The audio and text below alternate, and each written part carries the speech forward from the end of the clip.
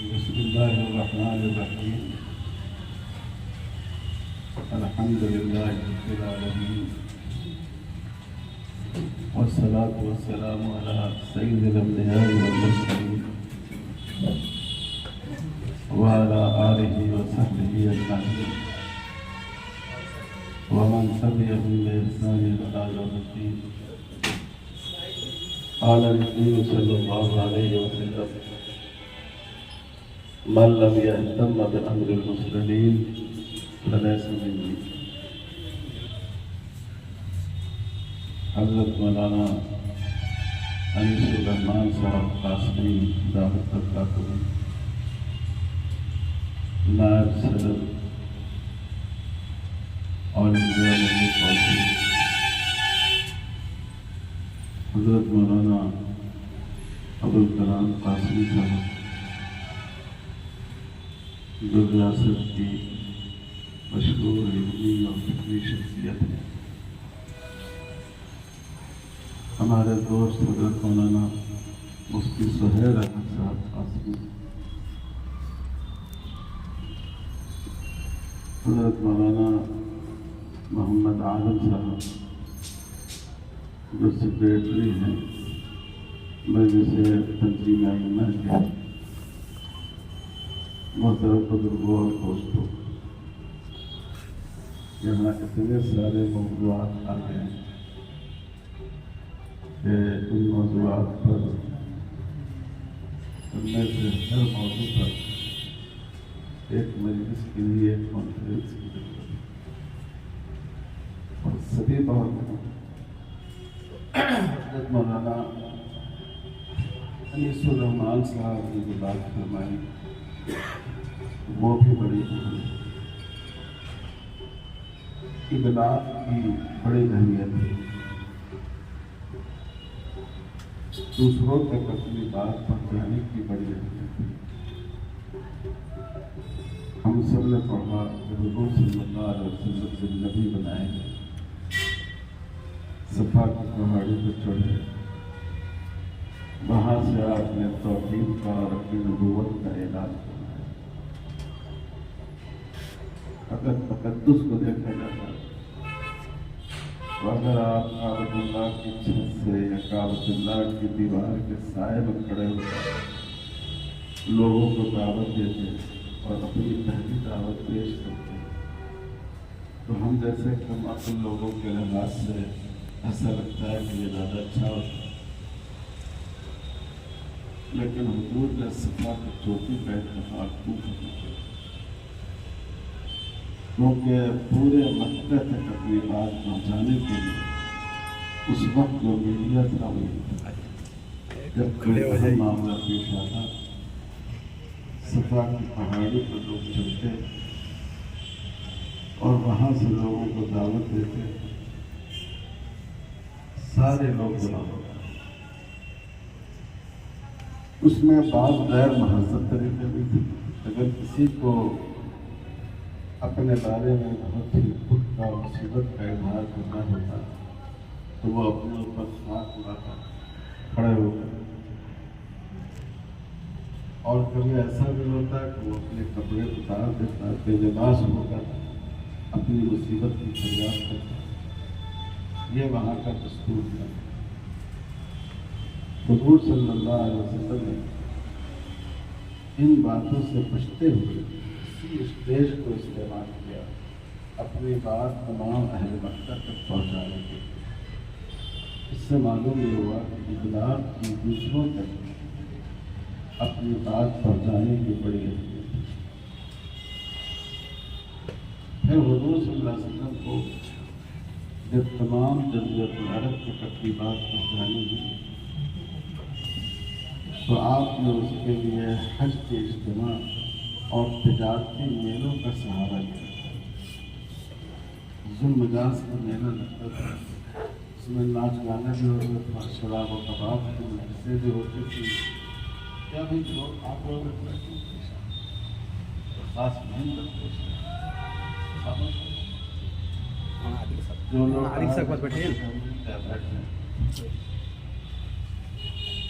حضور صلی اللہ علیہ وسلم مجاز کے میلے میں بھی جا کر اسلام کی دعوت پیش کرنا، یہ حالانکہ وہ کوئی مذہبی اجتماع نہیں تھا، اور حج کے اجتماع سے بھی لوگوں تک اپنی بات پہنچانے کی کوشش کرنا ہے۔ حالانکہ حج میں بھی اس وقت بہت سی خلاف شرع باتیں شامل ہو گئی، اس سے زیادہ خلاف شرع بات کیا ہوگی کہ جو لوگ اہل حرم نہیں تھے وہ سمجھتے تھے کہ اگر ان کو اہل حرم سے کپڑے مل گئے تو ٹھیک ہے، ورنہ ان کپڑوں میں طواف کرنا کعبۃ اللہ کے طور پر جو عورتیں تھیں ان کو نہیں مل پاتا اہل مکہ سے کوئی لباس، تو رات میں عورتیں اور دن میں مرد کے لباس طواف اس جاہلانہ تصور تھا۔ تو حج میں بھی بہت سی منکرات شامل ہو گئی، خلاف شرع باتیں شامل ہو گئی، لیکن اس کے باوجود حضور صلی اللہ علیہ وسلم نے وہاں آپ پہنچتے، لوگوں کو اسلام کی دعوت دیتے، اور اسی کوشش کا اثر ہوا کہ اہل مدینہ تک اسلام کی آواز پہنچی۔ پھر جب آپ جزیرۃ العرب تک اپنی آواز پہنچانے میں کامیاب ہو گئے تو آپ کے دل میں یہ خیال آیا کہ دنیا کے دوسرے علاقوں تک اسلام کی آواز کو پہنچایا جائے۔ اس زمانے میں اس کا ایک ہی طریقہ تھا، اور وہ طریقہ تھا خط کے ذریعے تحریری پیغام بھیجا جاتا تھا۔ جو علماء ہیں وہ جانتے ہیں کہ حدیث کی کتابوں میں حضور صلی اللہ علیہ وسلم کے 6-7 مکاتب کا ذکر ہے، اور ڈاکٹر حمید اللہ صاحب کی تحقیق کی ہے کہ 400 خطوط آتے ہیں، یہاں تک کہ چائنا میں بھی آپ نے اپنے آپ کو۔ تو ابلاغ کے لیے 2 چیزیں ضروری ہوتی ہیں، ایک تو وہ ذریعہ جس کے ذریعے ہم اپنی بات پہنچائیں، دوسرے وہ زبان اور لینگویج جس کے ذریعے ہمارا مخاطب ہماری بات کو سمجھ سکے۔ تو یہ بہت ہی ضروری ہے۔ بالکل صحابہ کے دور میں آپ جانتے ہیں حضرت عمر رضی اللہ تعالیٰ عنہ کے دور میں تو روم اور ایران کا علاقہ یہ مسلمانوں کے زیر نظر رہے۔ اسی وقت ایران میں اسلام کو پہنچانے کی کوشش کی۔ علامہ سرخسی نے لکھا ہے کہ حضرت سلمان فارسی رضی اللہ تعالیٰ عنہ نے سورہ فاتحہ کا یا قرآن مجید کے کچھ حصوں کا فارسی زبان میں ترجمہ کیا تاکہ جو اہل فارس ہیں وہ اس سے واقف ہو سکیں۔ اور جب عرب تجار ہندوستان میں آئے تو علامہ سید سلیمان ندوی رحمۃ اللہ علیہ نے انہوں نے جو کتاب لکھی ہے عرب حدیث کے تعلقات کو اس میں لکھا ہے کہ اس دور میں ایک تابعی نے ہندوستان کے ایک راجہ کے لیے اس زمانے میں ہندی نہیں بلکہ سندھو زبان چلتی تھی، اس زبان میں قرآن مجید کا ترجمہ کیا۔ یہ بہت ضروری ہے کہ داعی اپنے مدعو کی زبان سے اور معلم اپنے طالب علم اور اپنے اسٹوڈنٹ کی زبان سے واقف ہو۔ اسی لیے اللہ تعالیٰ نے ہر قوم میں اسی زبان کو بولنے والا نبی کیا، وما ارسلنا من رسول الا بلسان قوم۔ یہ واقعی بہت بڑا مسئلہ ہے۔ اب سے 25-30 سال پہلے تو یہ اور بڑا مسئلہ ہے۔ ہم لوگوں کے زمانے میں طالب علمی میں شاذ و نادر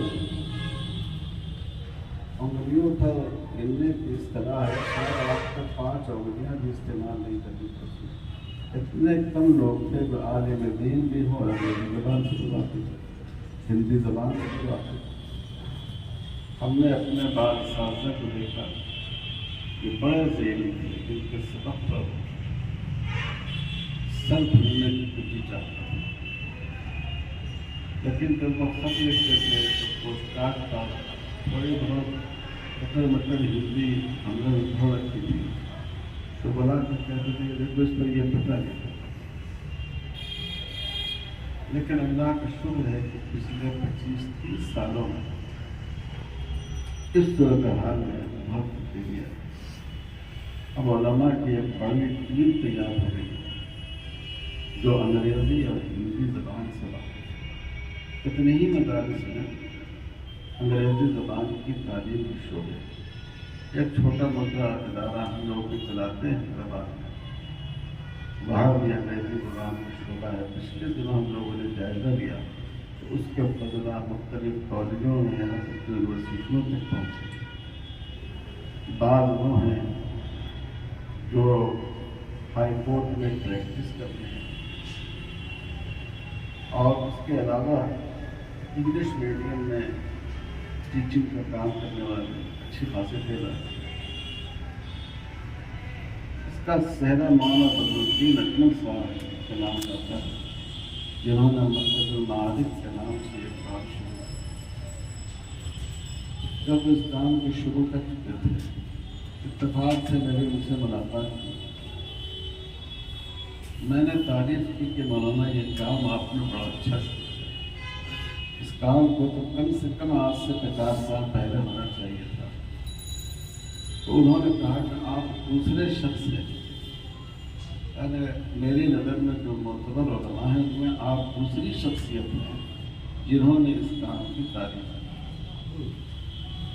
انہوں نے حضرت مولانا سید اسد مدنی رحمۃ اللہ علیہ کے بارے میں فرمایا کہ انہوں نے ترغیب دی، تشجیع کی، لیکن جب میں مدرسوں میں گیا تو دارالعلوم دیوبند میں اساتذہ سے بتایا تو وہ کچھ اس انداز سے اس کام کے بارے میں تأثر ظاہر کرتے تھے کہ مجھے یہ خیال ہوتا تھا کہ کہیں میں کوئی آخرت کا عذاب تو مول نہیں لے رہا ہوں۔ کئی بار دل میں خیال آیا میں تو اس سلسلے کو چھوڑ دوں، اتنی محنت بھی کروں، خرچ بھی کروں، اگر اللہ نے آدمی پکڑ لوں آخرت میں۔ کہنے لگے لیکن مولانا اسد صاحب نے کہا کہ نہیں، تم ان مولویوں کو بات کر لگتا، یہ کہا جاتا تھا، یہ تعصب تھا۔ لیکن آج ماشاءاللہ ہندوستان کے تمام بڑے مدارس میں بیسک ماڈرن ایجوکیشن پڑھائی جا رہی ہے۔ خود دارالعلوم دیوبند نے بھی طے کیا ہے، ہم لوگوں نے تلنگانہ میں پورا نصاب بنایا ہے، مولانا عمر عابدین اس کی کمیٹی کی قیادت ہے، اور ملک بھر میں گجرات میں جب میں پہلی بار گیا 2002 کے بعد ہم نے پہلے اس کی تعریف کی، جہاں بڑے بڑے مدارس، عالیشان مسجدیں، قاری طریق صاحب رحمۃ اللہ علیہ بنگلور جاتے تھے، یہاں مدراس گجرات، تو فرماتے تھے کہ ہمارے یہاں تو اللہ تعالیٰ کے گھر ہے، یہاں اللہ تعالیٰ کا بنگلے ہیں۔ تو میں نے وہاں یہ بات کہی کہ دیکھیے ملت کی تمام ضرورتیں ان کو ادا کرنا آپ کی ذمہ داری ہے۔ آپ کے پاس علماء بہت ہیں، لیکن جب 2002 کا فساد ہوا تو اپنے پیشہ ورانہ دیانت کے خلاف غیر مسلم کو کلانے مسلمانوں کا کیس لینے سے انکار کیا۔ غیر مسلم ڈاکٹروں نے مسلمان پیشنٹس کا علاج کرنے سے انکار کیا، ہاسپٹل پہ ان کو واپس کر دیا۔ ساری باتیں میں نے بہت سنا۔ کوئی ایسا آدمی نہیں ہے جو صحیح طور پر FIR درج کرایا۔ تو میں نے ان کو اس پر اپنے خیال میں بہت جھنجھوڑا کہ سوچئے ایک ایسی قوم جو ہر چیز میں دوسرے کی محتاج، جو آپ نماز کے پابند ہیں، نوافل کے پابند ہیں، لیکن زندگی کے ہر کام میں آپ دوسروں کے محتاج ہیں، یہ کیا بہتر زندگی ہو سکتی؟ حضور صلی اللہ علیہ وسلم نے مسجد نبوی کی بھی بنیاد رکھی، مدرسہ صفا کی بھی بنیاد رکھی، مدینہ مارکیٹ کی بھی بنیاد رکھی۔ جب آپ نے دیکھا کہ اس وقت مدینہ کی تجارت پوری طرح یہودیوں کے ہاتھ میں تھی، مسلمانوں کے ہاتھ میں تھی، جب حضور صلی اللہ علیہ وسلم نے دیکھا کہ وہ استحصال کرتے ہیں لوگوں کا، ایک واقعہ بھی بہت تکلیف دہ پیش آیا۔ تو حضور صلی اللہ علیہ وسلم نے سوق مدینہ کی بنیاد مسجد نبوی سے سمت قبلہ میں اس وقت ایک عمارت بنی ہوئی ہے، وہی وہ جگہ تھی، اور صحابہ کو ترغیب دی کہ وہ اپنا مال یہاں لائیں، یہاں سے خریدے اور بیچے۔ تو ہمارے دین کی وسعت اور فکر اور جانکاری اس وقت وہاں بعض لوگوں نے مولانا جو ہے وہ مدرسے میں بچوں کو داخل کرانے کے بجائے یہ ماڈرن ایجوکیشن کی بات کرتے ہیں، اس کی بات کرتے ہیں، لیکن لوگوں نے آہستہ آہستہ اس کو سمجھا۔ میں نے وہاں کہا کہ اللہ کا شکر ہے یہاں مدرسوں کے مسجدوں کے وسائل بمقابلہ دوسرے علاقوں کے مسلمانوں کے پاس زیادہ ہے۔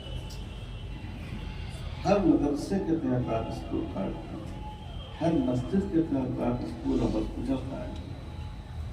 اگر آپ اسکول اپنی نگرانی میں قائم کریں گے، مدرسے کے تحت قائم کریں گے، تو تعلیم تو ہوگی انگریزی اور ہندی، لیکن بچے سوچ آپ کی لے کر جائیں گے، آپ اس کو دینی سوچ دے سکیں۔ لیکن حالات ایسے ہیں، لوگ محسوس کرتے ہیں۔ اب اس وقت ماشاء اللہ آپ گجرات جائیں، مسلمانوں کے بڑے بڑے تعلیمی ادارے، فنی ادارے بھی، ہائر ایجوکیشن کے ادارے۔ تو اس لیے مولانا جو بات فرمائیں گے بڑی اہم بات، بڑا غیب ہے۔ میں بعض دفعہ لوگوں سے کہتا ہوں کہ ہم لوگ جب چناؤ میں بیان کرتے ہیں تو ہمارے آپ حضرات جیسے بہت سے دوست پرانی نسل کے ہیں، جو نوجوان لڑکے ہیں، بہت عقیدت کے ساتھ سنتے رہتے ہیں، ہم سمجھتے ہیں کہ ہماری ایک ایک بات وہ سمجھ رہے ہیں، حالانکہ ایسا نہیں ہے۔ وہ صرف ادب اور احترام میں بیٹھ کر سنتے رہتے ہیں۔ اگر آپ کوئی سوال پوچھیں تو آپ کو اس کا اندازہ ہو جائے گا۔ ایک صاحب ہمارے پاس آئے، آپ پورا جلسے میں کہتے ہیں، نوجوان لوگ کرتے کتنی تقریریں ہوئی، 5-6 آدمی کا نام بتایا، پھر کہنے لگے کہ فلاں صاحب کی تقریر بہت اچھی تھی، گرا دیا مجھے۔ اچھا کیا تقریر ہوئی، کوئی بتاؤ بھائی، مجھے بھی بتاؤ۔ کچھ نہیں۔ تو اصل میں وہ صرف ہمارے آواز، ہمارے الفاظ، ہمارے مقام کے احترام میں بیٹھے، اتنا غیر پیدا ہو گیا ہے۔ اپنے گھر کے بچوں کو آپ ہماری بات نہیں سمجھتے۔ تو مولانا انیس الرحمان صاحب نے جو بات کی بڑی اہم بات۔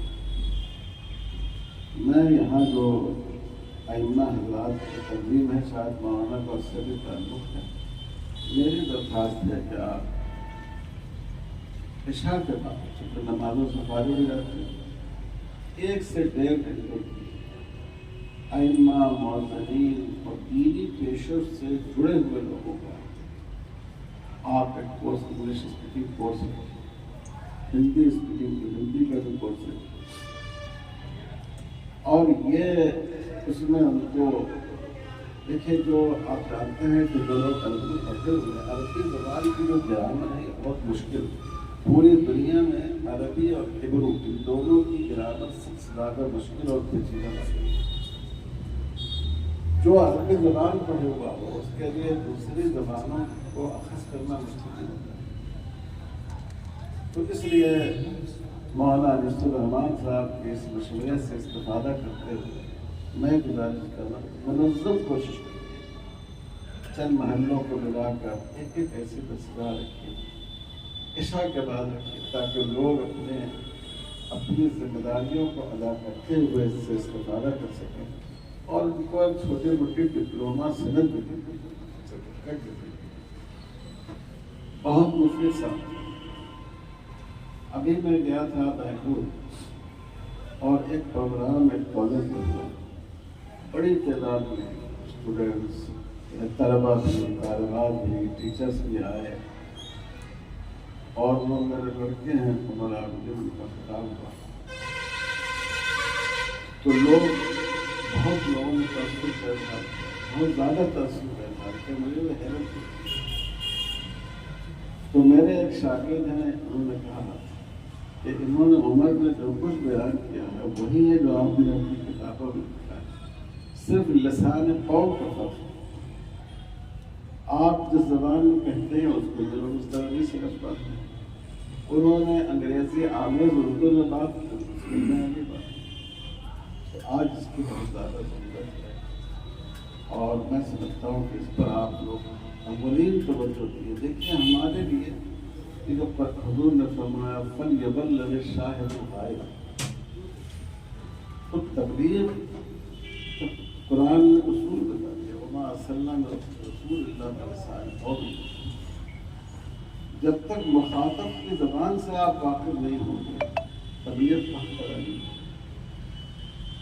قرآن نے داعی کو مکلف کیا ہے کہ وہ مدعو تک رسائی حاصل کرے، مدعو کی زبان میں بات۔ مدعو کو مکلف نہیں کیا ہے کہ وہ داعی کی زبان سیکھے۔ تو میں سمجھتا ہوں کہ یہ بہت بڑا کام ہوگا، ایک ماڈل بن جائے گی اور پورے ملک میں انشاءاللہ اس پر عمل کیا جائے گا اور بڑا نفع ہوگا۔ حضرت مولانا ابوالکلام صاحب نے جو باتیں فرمائی ساری یہ باتیں ہیں اور انڈیا مسلم پرسنل لا بورڈ ایک وسیع اثر ادارہ ہے، اس کا ایک وقار ہے، اس کا ایک اعتبار ہے، اس کا ایک مقام ہے، اپنوں میں بھی ہے دوسروں میں بھی۔ لیکن ہمارے بزرگوں نے اس کے دائرے کار کو محدود رکھا، کیونکہ اس سے پہلے دور ایسی تنظیمیں قائم ہوئی جس کا دائرہ کار وسیع کر دیا گیا تھا، اس میں سیاسی امور بھی شامل تھے، وہ تنظیم چل نہیں سکی، ٹوٹ گئی۔ اس لیے بہت سوچ سمجھ کر ہمارے بزرگوں نے ایک ایسے پلیٹ فارم کی بنیاد رکھی جو ایک ہی نقطے پر کام کرے، شریعت کا تحفظ، جس میں کسی مسلمان کا اختلاف نہیں ہو سکتا۔ لیکن میں سمجھتا ہوں کہ آل انڈیا میڈیکل کونسل بورڈ کا تکمیلہ ہے۔ جن بزرگوں نے بورڈ کو قائم کیا اور اس میں سرگرم ہوئے، انہی بزرگوں نے آل انڈیا میڈیکل کونسل کے بھی تاسیس کی۔ جب یہ بات محسوس کی گئی کہ بورڈ کے دائرۂ کار میں بہت سی چیزوں کو شامل نہیں کیا جا سکتا اور شامل نہ کرنا ہی مناسب، ورنہ یہ اتحاد اس کا متاثر ہو جائے گا، تو ہمارے بزرگوں نے آل انڈیا میڈیکل کونسل قائم کیا تاکہ ہم تمام کاموں میں ہم دخل دے سکیں، کوششیں کر سکیں، خدمت کر سکیں، اور جتنی تنظیمیں ہوتی ہیں وہ سب ایک دوسرے کے نزدیک ہیں، سب افراد مل کر اور تنظیمیں مل کر ملت کے کام کو مکمل کرتی ہیں، اور ہم لوگوں کو بڑی توقعات ہیں۔ محفوظ کا ایک حصہ ہمارے حضرت مولانا نصر الرحمان صاحب اس کے بہت فعال ذمہ دار ہیں، اور میرے اپنے مطالعے کے مطابق کرناٹکا اور بہار یہ دونوں صوبوں میں سب سے زیادہ میڈیکل کونسل فعال ہے، اور تنظیمیں فعال ہوتی ہے افراد کی وجہ سے۔ تو یہاں کاموں کو میڈیکل کونسل کے ایجنڈے کو زیادہ سے زیادہ آگے بڑھایا جائے۔ میں بالکل مختصر طور پر تفصیل کا بھی موقع نہیں ہے، 12 بجے تک 10 سے 12 بجے تک میٹنگ ہے، تو صرف ایک بات عرض کرتا ہوں کہ جب حضور صلی اللہ علیہ وسلم مکہ مکرمہ سے مدینہ منورہ تشریف لے گئے تو بظاہر وہ بہت ہی عجیب ماحول تھا۔ جو مسلمان تھے اہل مکہ قریش تھے، اور اہل مدینہ ظاہر ہے کہ دوسرے قبائل تھے، اور قریش اہل مدینہ کو بڑی حفاظت کی مدد سے وہ ان سے لڑکی تو لیتے تھے، حضور صلی اللہ علیہ وسلم کی والدہ ہی مدینے کی تھی، ان کی دادی ہی مدینے کی تھی، اپنی لڑکی مدینے والوں کو کہتے تھے۔ ایک طرح کا فاصلہ تھا، ایک طرح کی کھائی تھی، اور دوسرے مدینے میں آ کر مسلمانوں کو غیر مسلموں کے مختلف گروہوں سے سامنا پیش آیا۔ کچھ بچے کچے مشرکین بھی تھے۔ یہودیوں کے 5 قبائل تھے، ان میں 3 قبیلے تو بہت ہی مضبوط اور بڑے قبائل تھے، مدینے کی پوری معیشت ان کے ہاتھ میں، اور حضور صلی اللہ علیہ وسلم کو چاہتے تھے کہ مدینے کو دعوت اسلام کا مرکز بنے، امن و سکون کا ماحول محسوس۔ تو آپ نے 2 کام کیا، ایک موافقات اور دوسری موالات۔ جو مسلمان تھے ان میں آپس میں موافقات قائم ہوا، بھائی چارہ قائم ہوا۔ ایک انصاری اور ایک مہاجر کو آپ نے بھائی بھائی بنا دیا۔ مہاجرین کی قربانی یہ تھی کہ وہ اپنا سب کچھ چھوڑ کر ایک محبوب منزل کی طرف آئے، اور انصار کی قربانی بھی کسی طرح ان سے کم نہیں تھی کہ انہوں نے اپنی پوری کائنات رسول اللہ صلی اللہ علیہ وسلم کے اور مہاجرین کے قدموں میں ڈالی۔ یہاں تک ہوا کہ جب حضور نے انصار کی زمین کو تقسیم فرمایا، جو مہاجر بھائی ہے آدھی اپنی زمین ان کو دے دو، آدھی رکھو، تو مہاجرین کو زراعت کا کوئی تجربہ نہیں تھا، مکے میں زراعت نہیں ہوتی، تجارت ذریعہ نہ، تو انہوں نے حضور سے عرض کیا کہ اللہ کے رسول ہمیں تو کھیتی آتی نہیں۔ آپ نے انصار کو بلایا، فرمایا میں یہ چاہتا ہوں کہ پوری کھیتی تم کرو، انصار کے حصے کی پیداوار تم رکھو، اور تمہارے مہاجر بھائی کے حصے کی پیداوار مجھے دے دو۔ یعنی زمین بھی ان کی اور محنت بھی ان کی۔ انصار نے قصب چشم، انہوں نے کہا کہ اللہ کے رسول ہم بالکل اس پر بات، اس سے بڑی قربانی سورج کی آنکھوں نے کبھی اس کائنات میں دیکھی ہوگی۔ تو آپ نے ان دونوں کے درمیان موافقات قائم کر دیا، بھائی چارہ قائم کر دیا، ورنہ آپ جانتے ہوں گے کہ خاندانی اور قبائلی لڑائی عربوں میں بہت زیادہ تھی۔ اگر یہ موافقات کا نظام قائم نہیں ہوا ہوتا تو مدینے میں ایک نئی لڑائی آپس میں شروع ہو جاتی اور مسلمان اس کو فیس نہیں کر سکتے۔ دوسرا کام آپ نے کیا موالات کا، اس کا تجربہ آپ نے مکہ مکرمہ میں بھی کیا تھا۔ مدینے میں آپ نے ایک عہد نامہ تیار کیا جس کو ڈاکٹر حمید اللہ صاحب نے میثاق مدینہ کا نام دیا ہے، ایک معاہدہ۔ اس میں تمام قبائل کے دستخط آپ نے کرائے، انصاری قبائل، مہاجر قبائل اور یہودیوں کے مختلف قبائل، ہر قبیلے کی ذیلی شاخیں، ہر ایک سے اس پر دستخط کیا۔ اگر اس پورے معاہدے کو آپ پڑھیں تو اس کا خلاصہ 3 باتیں تھیں۔ ایک یہ کہ ہر آدمی کو اپنے مذہب پر قائم رہنے کی اجازت ہے، کوئی زور زبردستی نہیں ہوتی دھرم پریورتن کے لیے۔ اور دوسری بات یہ تھی کہ اگر باہر سے کوئی دشمن مدینے پر حملہ کرے گا تو ہم سب مل کر اس کا مقابلہ کریں گے۔ اور تیسری بات یہ تھی کہ تمام لوگوں کی جان و مال پر تحفظ حاصل ہوگا، ہم مدینے کی فضا کو پرامن اور پرسکون رکھیں گے۔ یہ 3 بنیادیں تھیں۔ اور جب تک یہودیوں کی طرف سے بدعہدی نہیں ہوگی آخری درجے کی، اس وقت تک حضور صلی اللہ علیہ وسلم نے اس معاہدے کو باقی رکھا۔ اسی طرح کا ایک معاہدہ حضور کی نبوت سے پہلے مکہ میں ہوا تھا، تو مشہور ہے حلف القدوم کے نام سے، کیونکہ مکہ میں اگر کوئی ایسا شخص باہر سے آتا جس کے قبیلے کا کوئی آدمی مکے میں نہیں ہوتا، جس کے قبیلے کے لوگ مکے میں نہیں ہوتے، تو اس کے لیے بڑی مشکل ہوتی تھی۔ کوئی اس کو اس کا مال لوٹ لے، چوری کر لے، مار پیٹ کرے، کوئی پوچھنے والا نہیں ہوتا۔ ہاں اگر اس کے قبیلے کے لوگ ہیں تو وہ لوگ اس کا تحفظ کرتے تھے۔ تو ایک معاہدہ یہ تیار ہوا، کچھ لوگوں نے کیا، اور حضور صلی اللہ علیہ وسلم بھی اس میں پیش تھے۔ کہ اگر کوئی شخص کسی پر ظلم کرے گا تو ہم سب مل کر ظالم کو ظلم سے روکیں اور مظلوم کی مدد کریں۔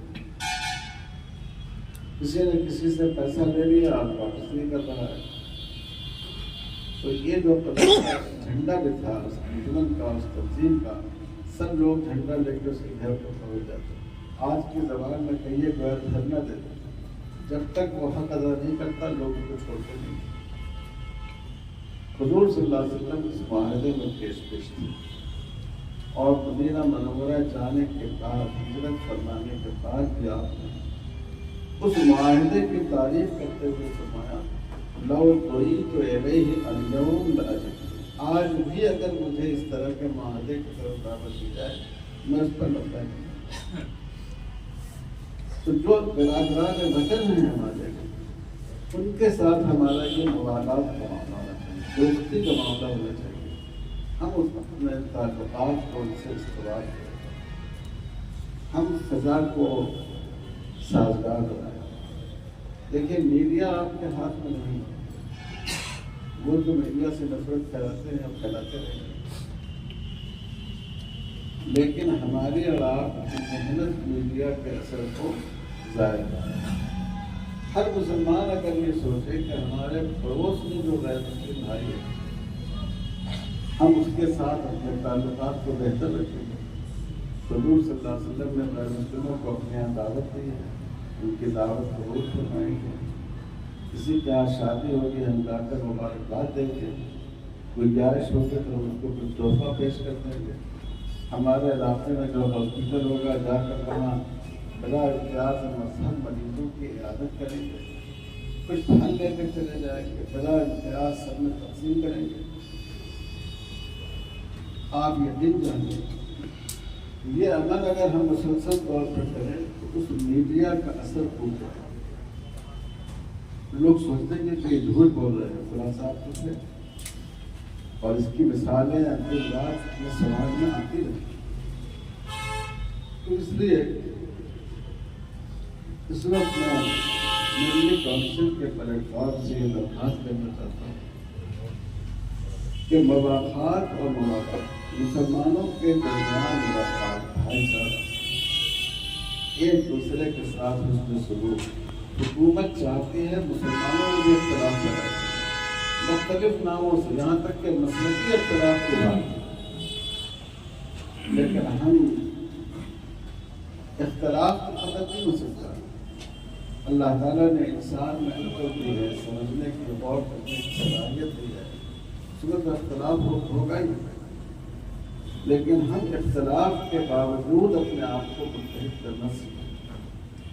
اگر ہم یہ چاہیں کہ ہمارا جو نقطۂ نظر ہے سب لوگ اس کو قبول کر لیں، یہ کیسے ہو سکتا ہے؟ جیسے آپ کو آپ کا مسئلہ عزیز ہے، آپ کا نقطۂ نظر عزیز ہے، دوسروں کو بھی ان کا مسئلہ عزیز ہے۔ جو حق ہم اپنے لیے سمجھتے ہیں دوسروں کے لیے بھی ماننا چاہیے۔ ہم نے ایک بار ایک مضمون لکھا اور اس میں ایک بڑے صاحب علم جو خاص مختلف فکر کی ترجمانی کرتے تھے اور ان سے عقیدت رکھنے والے لوگ ہندوستان میں اکثریت تھے، ان کا نام ہم نے مضمون میں بہت احترام کے ساتھ لکھا، حضرت مولانا فلاں صاحب۔ تو ہمارے بعض لوگ کہنے لگے یہ آپ نے کیا کرتے، انہوں نے تو ہمارے بزرگوں کو یہ کہا تھا اور آپ نے ان کے بارے میں ایسے الفاظ لکھے۔ میں نے کہا ٹھیک ہے، انہوں نے ہمارے بزرگوں کو برا کہا تھا، ہمارے بزرگوں نے ان کو کیا کہا؟ کیا انہوں نے بھی اسی طرح ان کے نام کے ساتھ بے احترامی کی تھی؟ اگر آپ کسی مسلمان کا اختلاف کے باوجود احترام کے ساتھ نام لینا تو کیا برا ہے؟ حضور صلی اللہ علیہ وسلم نے بادشاہ روم کو سکھایا، من محمد رسول اللہ صلی اللہ علیہ وسلم الى عظیم الروم ہرقل، محمد رسول اللہ صلی اللہ علیہ وسلم کی طرف سے روم کی عظیم شخصیت ہرقل ہے۔ بعض صحابہ کو اس میں بڑا تحمل ہوا، انہوں نے عرض